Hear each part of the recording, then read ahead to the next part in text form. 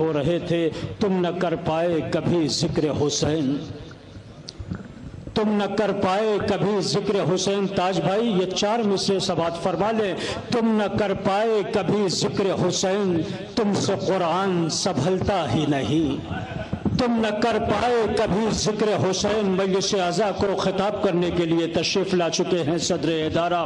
تم نہ کر پائے کبھی ذکر حسین، تم سے قرآن سنبھلتا ہی نہیں، ذکر شبیر کو ایسے سمجھو ایک سورج ہے جو ڈھلتا ہی نہیں، ذکر شبیر کو ایسے سمجھو ایک سورج ہے جو ڈھلتا ہی نہیں۔ باواز بلند نعرہ صلوات پڑھ دیں آپ۔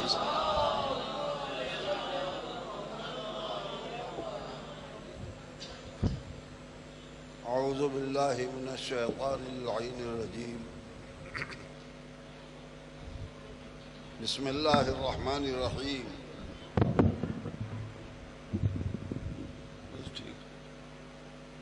الحمد للہ رب العالمین، والصلاة والسلام علی سید الانبیاء والمرسلین، المخاطب بطہ و یاسین، مولانا و سیدنا و شفیع ذنوبنا و حبیب قلوبنا و طبیب نفوسنا ابی القاسم محمد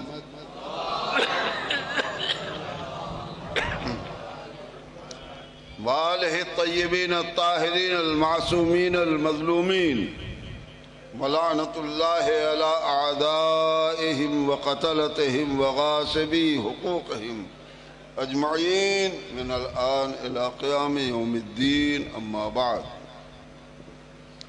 فقد قال سبحانہ تبارک و تعالی وقولہ الحق، بسم اللہ الرحمن الرحیم، لا اکراہ فی الدین قد تبین الرشد من الغی۔ صلوات پڑھیے محمد اور آل محمد۔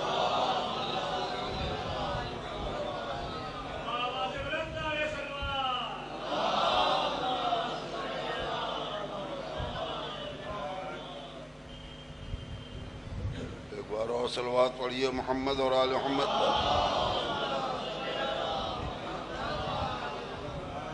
عزیزان محترم، آیت الکرسی کا حصہ ہے جو زبانی لوگوں کو یاد ہے، اور جنہیں نہیں یاد ہے وہ اپنے بزرگوں کو نماز وحشت کیسے پڑھیں۔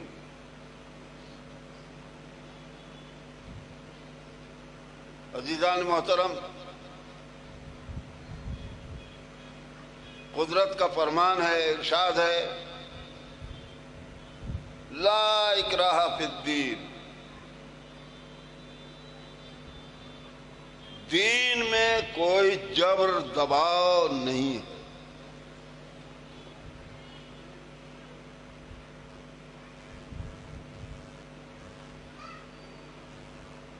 ہدایت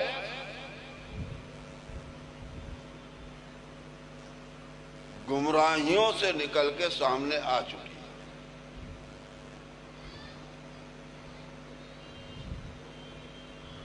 اب یہ تمہیں اختیار ہے۔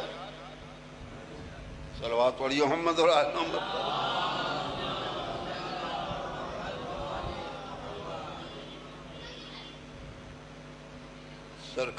سرکشی کرو،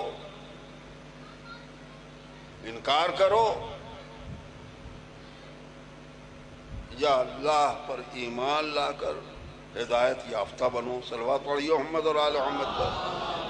بہت سچ آیت آپ کے پیش نظر ہے، مجھے کچھ تفصیلی بات گفتگو بھی نہیں چھوڑنی ہے، ظاہر ہے کوئی کام ماحول نہیں ہے۔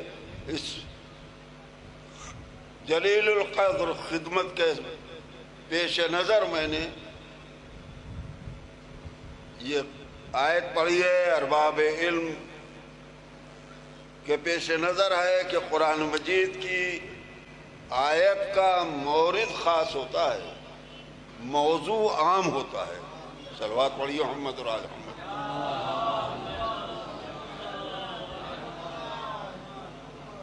تو اس کی روشنی میں میں نے ترجمہ بھی کر دیا ہے تاکہ عام لوگ بھی اس کو پہچان لیں کہ مقصد کیا ہے؟ کوئی دبر نہیں، کوئی دباؤ نہیں، اختیار ہے، دیندار بنو یا بے دین بنو، اتنی سی صرف بات ہے۔ عجیب سی بات ہے، سوچنا پڑا کیسے مان لیں کہ دین میں جبر نہیں ہے۔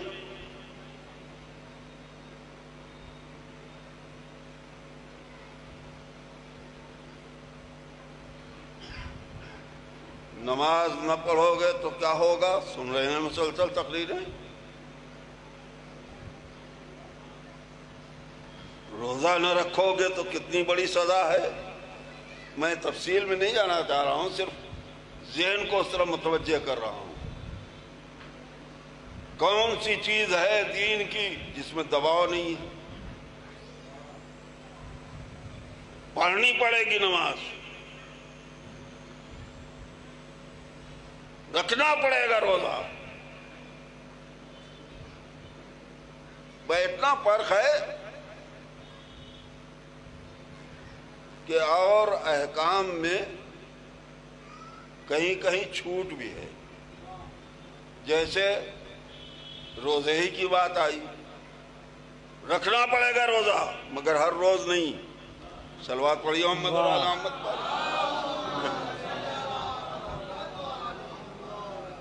دینی پڑے گی زکوٰۃ مگر نصاب نہ پورا ہو تو نہیں۔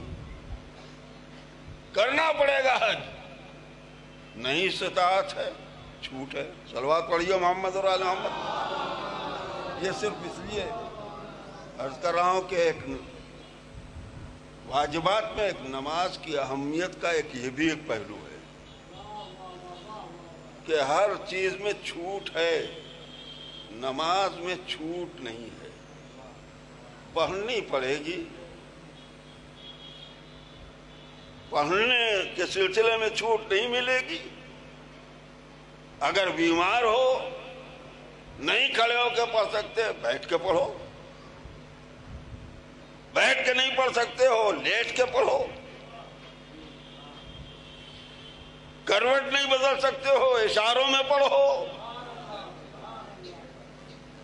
اگر بول نہیں سکتے ہو تو رکوع اور سجود کے سجدے کے لیے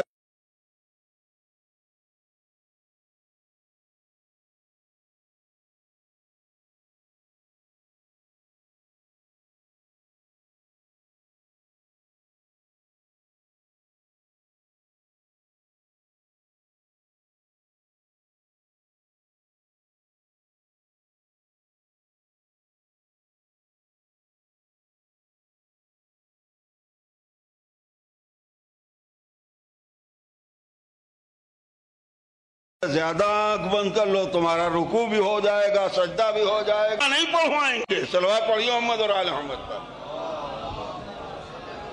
نہیں غور کر رہے ہے کہ نہیں؟ تمہیں اختیار ہے، دیندار بنو یا بے دین رہو۔ لیکن اب دیندار اگر بن گئے، اور فرمائیں گے اگر تم نے اللہ کو مان لیا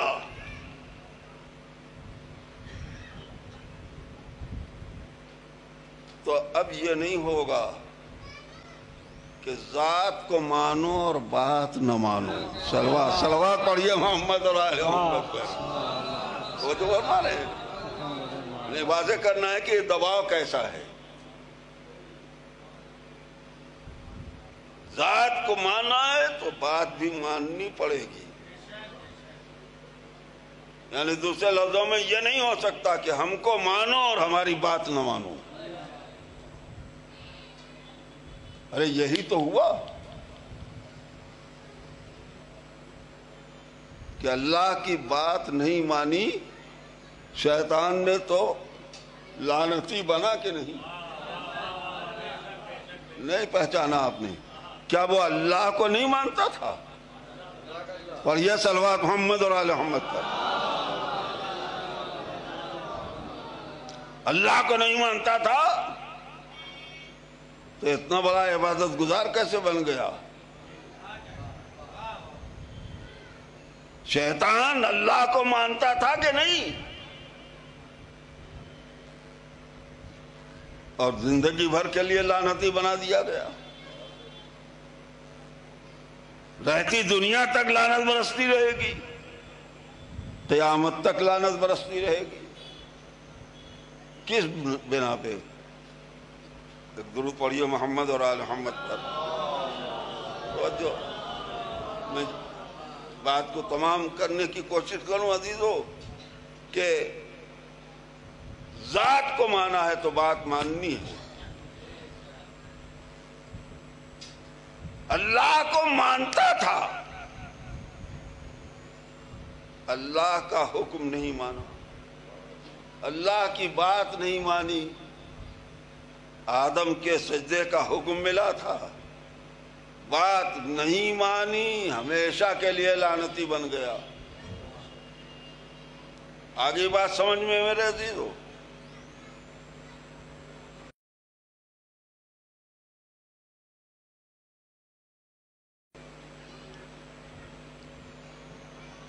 کیا اللہ کا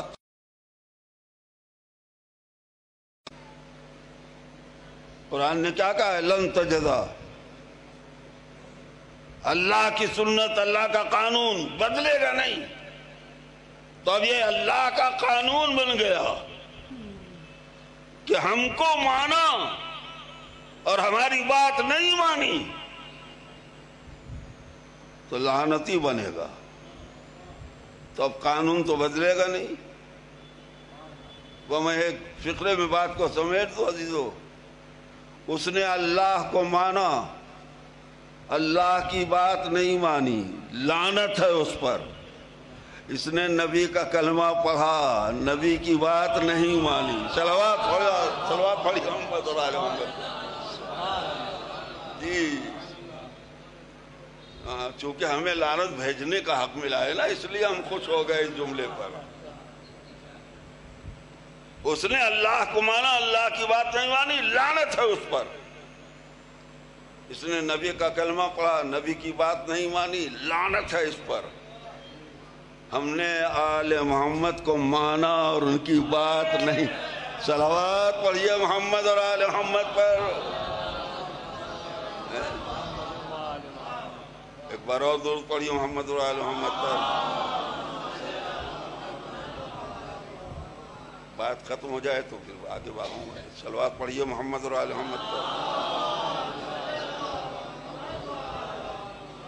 جب تک بات ختم نہ ہو صلوات پڑھتے رہیے.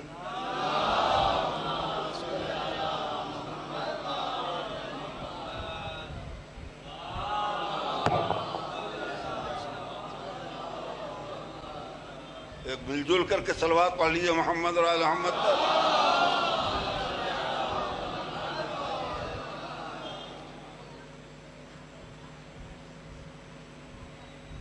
تو اب ایک چیز تو سامنے آ گئی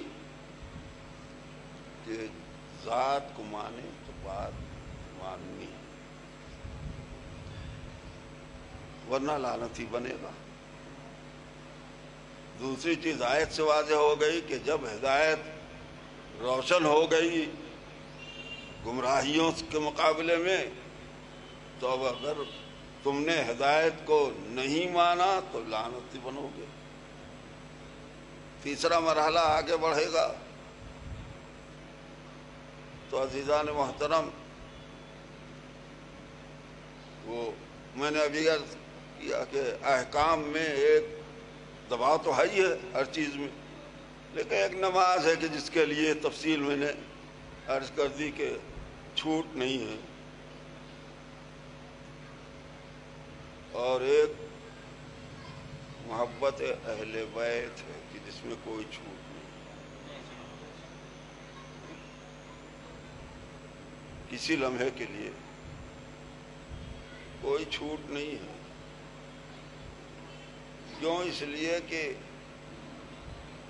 سارے دین کی قیمت ہے محبت اہل بیت.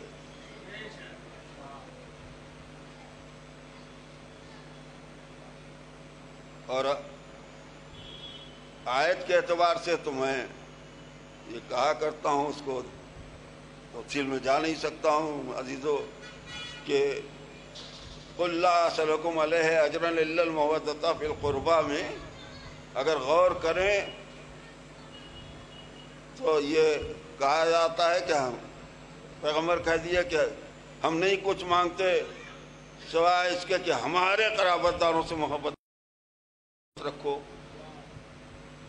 میں نے عرض کیا ہے، پھر عرض کرتا ہوں، ارباب علم تشریف فرما ہے، یہ ہمارے قرابت دار کی قید کس لفظ کے ترجمے میں ہے؟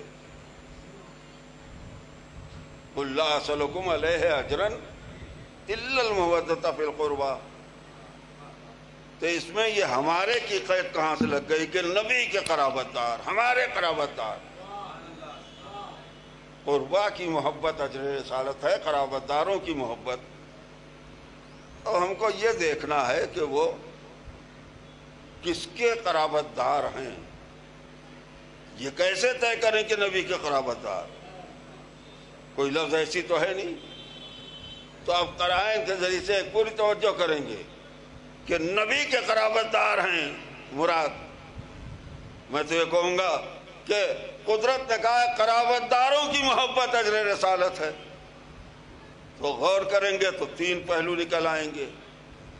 کس کے قرابت دار؟ یا اس کے قرابت دار جس کا کلام اللہ کا کلام ہے نا،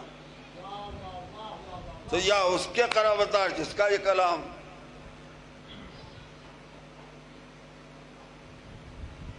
یا نبی کے قرابت دار، یہ دوسری صورت ہے. یا کوئی اور ذات ہے. ارباب کرم تین رخ ہیں نا. پہلے غور کریں، بیٹے بیٹھ جاؤ، بعد میں دینا. یہ تین پہلو ہیں نا. یا اس کے قرابت دار جس کا یہ کلام، تو اس کے لیے تمہیں صرف اتنا کہوں گا، ارباب فکر تشریف فرمائیں، قرابتیں پیدا ہوتی ہیں پیدائش سے. قرابتیں بنتی ہیں پیدائش سے. کوئی کسی کا باپ ہے، دادا ہے، لکڑ دادا ہے، بیٹا ہے، پوتا ہے، نواسا ہے، تو پیدائش کے بعد قرابتیں بنتی ہیں. تو اس کے قرابت دار تو مراد اس لیے نہیں ہو سکتے کہ وہ اعلان کیے بیٹھا ہے لم یلد ولم یولد، نہ کسی سے جنم لیا ہے نہ کسی کو جنم دیا ہے. صلوات پڑھیو محمد اور آل محمد پر.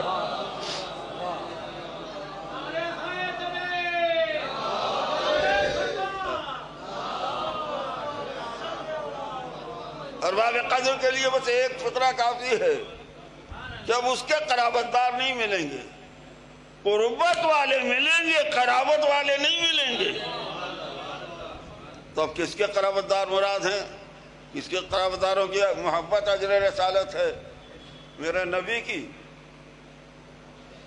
کیا حرج تھا مان لے. ظاہر ہے کہ کلمہ ہم ان کا پڑھتے ہیں، وہ ہمارے نبی ہیں، آخری پیغمبر ہیں، افضل المرسلین ہیں. مگر ارباب فکر اور صاحبان علم قرآن ہی نے تو یہ کہا ہے نا کہ یفسر بعضہ بعضا. قرآن کے بعض حصے کی تفسیر خود قرآن کرتا ہے. اب اگر خود جس کا کلام ہے وہ اگر اپنے کلام کی تفسیر بتا دے تو ہم کسی مفسر کے محتاج کیوں بنے؟ صلوات پڑھیے محمد اور آل محمد پر. آپ غور کریں گے، سوچیں گے کہ یہ کیا کہہ رہے ہیں.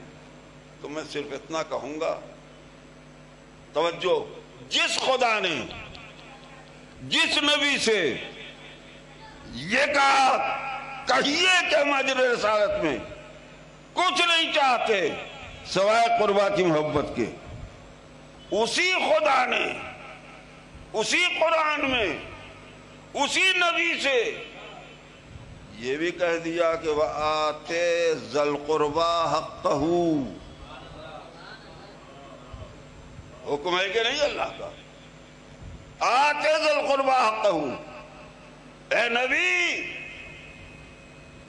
قربا کے مرکز کو ان کا حق دے دیجیے. نہیں غور کیا؟ یہ بھی نہیں کہ قربا کو دے دیجیے، ذل قربا، قربا کے مرکز کو ان کا حق دے دیجیے. اب اگر نبی اس حکم کے بعد کسی صحابی کو کچھ دے دیں تو وہ ہے مرکز قربا، اور اس کے قرابت داروں کی محبت اجر رسالت بن سکتی ہے. اگر کسی زوجہ کو کچھ دے دیں تو اس کے قرابت داروں کی محبت اجر رسالت. لیکن نبی کریم نے حکم خدا کے بعد اگر نہ صحابی کو کچھ دیا ہو نہ ازواج کو کچھ دیا ہو، اس حکم کے بعد اگر نبی نے فاطمہ کو پدک دیا ہے تو مجھے کہنے میں کیا بات ہے کہ مرکز قربا فاطمہ ہے، مرکز قربا فاطمہ ہے. اور یہ فقرہ یاد رکھیے گا، اب نبی کے قرابت داروں کی محبت اور رسالت نہیں ہے، فاطمہ کے قرابت داروں کی محبت. صلوات پڑھیے محمد اور آل محمد پر. یہ بیچ میں ایک بات آ گئی تو محبت وہ عظیم نعمت ہے جو دین کی قیمت بھی ہے، اور اس میں بھی کوئی چھوٹ نہیں ہے. جس طرح سے نماز سے ایک لمحہ غافل نہیں ہو سکتا انسان، اسی طرح سے ہاں فرق تھوڑا سا ہے. نماز کے لیے چھوٹ نہیں ہے، محبت کے لیے چھوٹ ہے. محبت کے لیے بالکل چھوٹ نہیں ہے. کیوں؟ اس لیے کہ نماز کا وقت الگ الگ معین ہے. وقت آ جائے تو چھوٹ نہیں ہے، مگر وقت نہیں آیا تو چھوٹ ہی ہے. اس وقت کوئی نماز نہیں ہے اور کر رہے ہیں. لیکن محبت ایسی چیز نہیں ہے کہ کبھی ہو اور کبھی نہ رہے. صلوات پڑھیے محمد اور آل محمد پر. آخری بات سن لیجئے، مجلس مکمل کر دوں عزیزو. لوگ سمجھتے ہیں اہل بیت کی محبت ہم پہ لادی گئی تھوپی گئی ہے، ہم کریں تو کیا کریں. قرآن نے کہا ہے لا سلکم علیہ اجرا الا المودۃ فی القربى، ہم کو مجبور ہے محبت کرنے پر.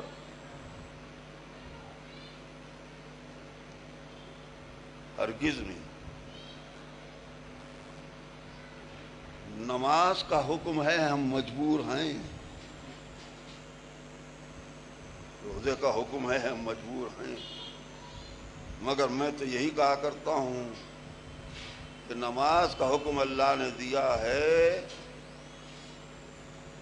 کسی مسلمان کو اہل بیت سے محبت کرنے کا حکم اللہ نے دیا ہی نہیں.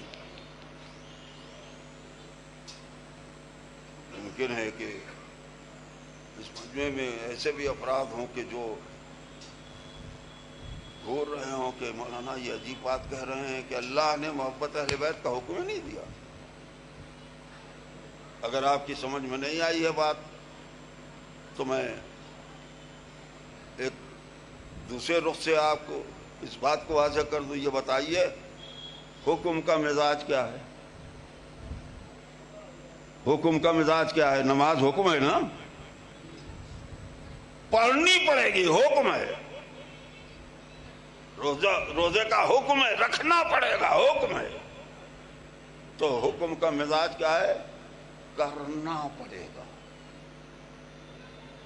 کیا محبت بھی کوئی ایسی چیز ہے کہ دل نہ چاہے اور کی جائے؟ درود پڑھیے محمد اور آل محمد پر. محبت ہاں نماز دل نہ چاہے مگر پڑھنی پڑے گی، سر جھکانا پڑے گا. سر جھکایا جا سکتا ہے، دل نہ چاہے مگر سر جھکایا جا سکتا ہے. دل نہ چاہے تو محبت نہیں کی جا سکتی. تو ہم کیسے مان لیں کہ محبت کا حکم ہے؟ اچھا، اور اگر ابھی بھی اطمینان نہیں ہے تو حکم کا دوسرا مزاج کیا ہے؟ حکم کا مزاج یہ بھی ہے، کبھی ہے اور کبھی نہیں۔ ارے بھائی ابھی تو ذکر آیا ہے نا، ظہر کی نماز آپ پڑھ چکے، مغرب کا وقت آیا نہیں، اس وقت کوئی حکم ہے نماز کا؟ تو حکم کا ایک مزاج یہ بھی ہے کہ کبھی ہے اور کبھی نہیں۔ کیا آپ چاہتے ہیں کہ محبت کو حکم بنا دیا جائے کہ کبھی محبت رہے اور کبھی نہ رہے؟ ارے بہت سی باتیں ہیں، ان کو چھوڑتے ہوئے صرف آخری بات سن لیجئے، ایک صلوات پڑھیے محمد اور آل محمد پر۔ میرا جدو سنو، محبت کا مزاج یہ ہے، ارے حکم کا مزاج یہ ہے کہ حکم کا وقت آ گیا، حکم ہے پڑھو نماز۔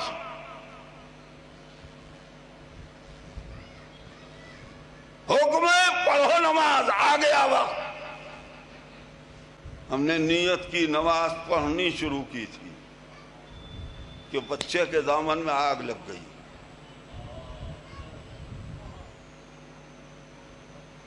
اب نماز پڑھنا حرام، نماز توڑ کے بچے کی جان بچانا واجب۔ حکم کا مزاج ہے کہ نہیں کہ وہی حکم کبھی واجب تو وہی حکم اسی وقت حرام بھی ہو جائے۔ حکم کا مزاج، کیا آپ یہ چاہتے ہیں کہ اللہ محبت کو حکم بنا دے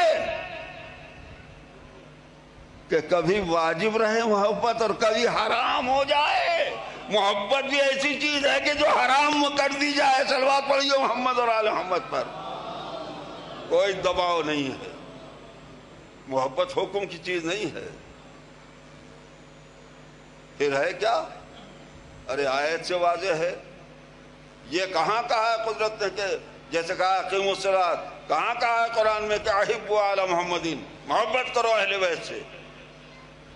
آیت تو یہ ہے کہ لا اسألکم علیہ اجرا الا المودۃ فی القربى۔ محبت قیمت ہے، تمام کر رہا ہوں میں مجلس۔ محبت قیمت ہے دین کی، عزیزوں پہچان لو۔ اعلان کیا ہے کہ محبت قیمت ہے دین کی۔ دکاندار نے دکان پہ سودا سجا دیا سامان اور اپنی دکان میں بورڈ پہ لکھ دیا، ہر مال کی قیمت لکھ دی۔ کیا یہ جبری ہے کہ جو گزرے ادھر سے وہ قیمت دے؟ دکاندار نے اگر بورڈ پہ قیمت لکھی ہے تو کیا ہر راستہ چلتے کا گریبان پکڑے گا دکاندار کہ جا رہے ہو ادھر سے ہمارے مال کی قیمت دیے بغیر؟ نہیں۔ کیا ہے مطلب یہ ہے کہ ہمارے مال کی یہ قیمت ہے، اگر تمہیں مال لینا ہے تو قیمت دے دو۔ بھائی یہی تو نظر آیا کہ نبی نے تبلیغ اسلام کا مال اسلام کی دکان پہ سجا دیا، اور جب مکمل ہو گیا تو کہا اے نبی قرآن کے بورڈ پہ اسلام کے مال کی قیمت لکھو، قل لا اسألکم علیہ اجرا۔ صلوات پڑھیے محمد اور آل محمد پر۔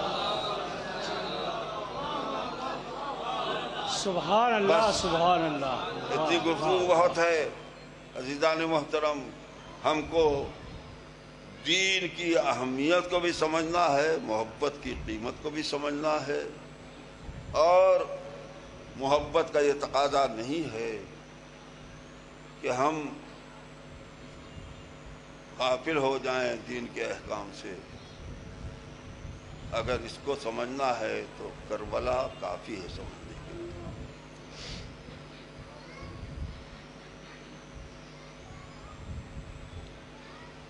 آج ہمارے بچے سمجھتے ہیں کہ جنت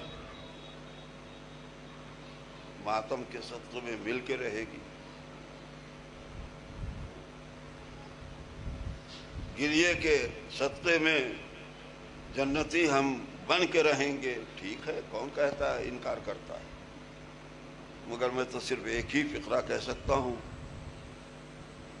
کہ تم اس یقین پر غافل ہو رہے ہو، نماز سے، روزے سے، عمل سے، کہ محبت کے بل پر تم کو ملے گی جنت؟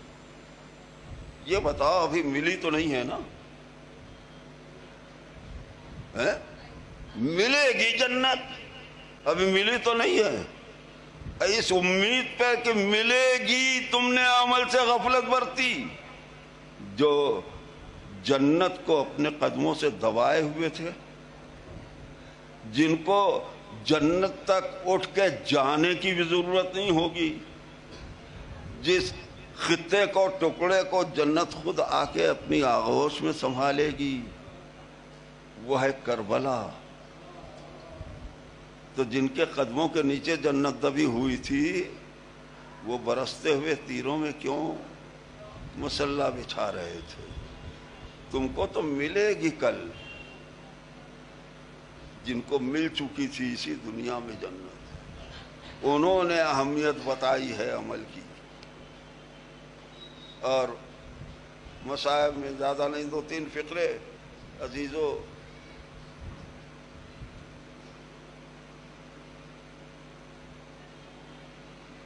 محبت کا انداز کیا کیا تھا، کس حد تک، اس کا اندازہ کرنے کے لیے اس وقت کو غور کیجئے، سوچئے کہ جس وقت پہلا حملہ ہوا ہے،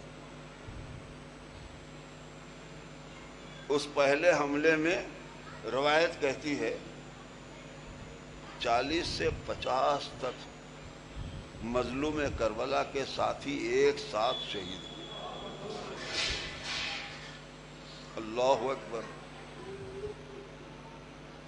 جس وقت یہ 50 آوازیں اٹھی ہوں گی، فرزند رسول ہمارا علیہ السلام، کیا عالم ہوا ہوگا مظلوم کربلا کا۔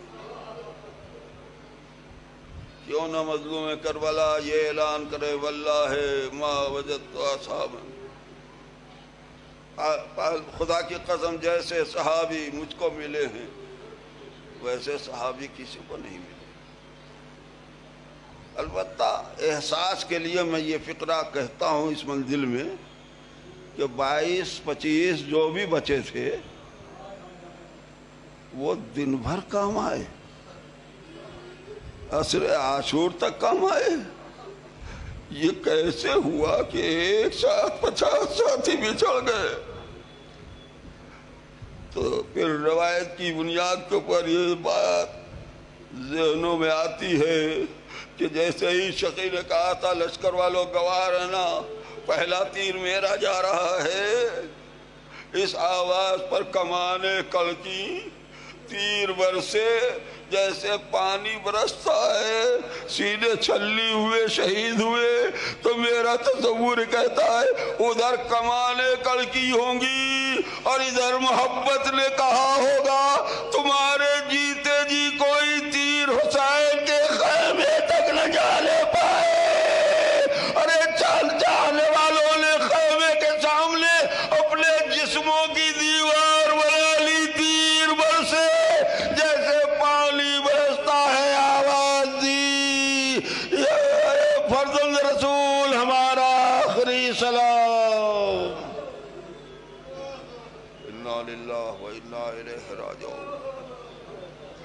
سیعلم الذین ظلموا ای منقلب ینقلبون بحق الزہراء و ابیہا و بعلہا و بنیہا۔ پالنے والے تجھے واسطہ ہے محمد اور آل محمد کا، حالات حاضرہ میں ہماری جان مال آبرو کے حفاظت فرما، ہم سب کو اسلام کے لیے اور آل محمد کے لیے عزت کا ذریعہ قرار دینا، رسوائی اور عیب کا سبب نہ قرار دینا۔ پالنے والے تجھے واسطہ ہے محمد اور آل محمد کا۔ یہ ہماری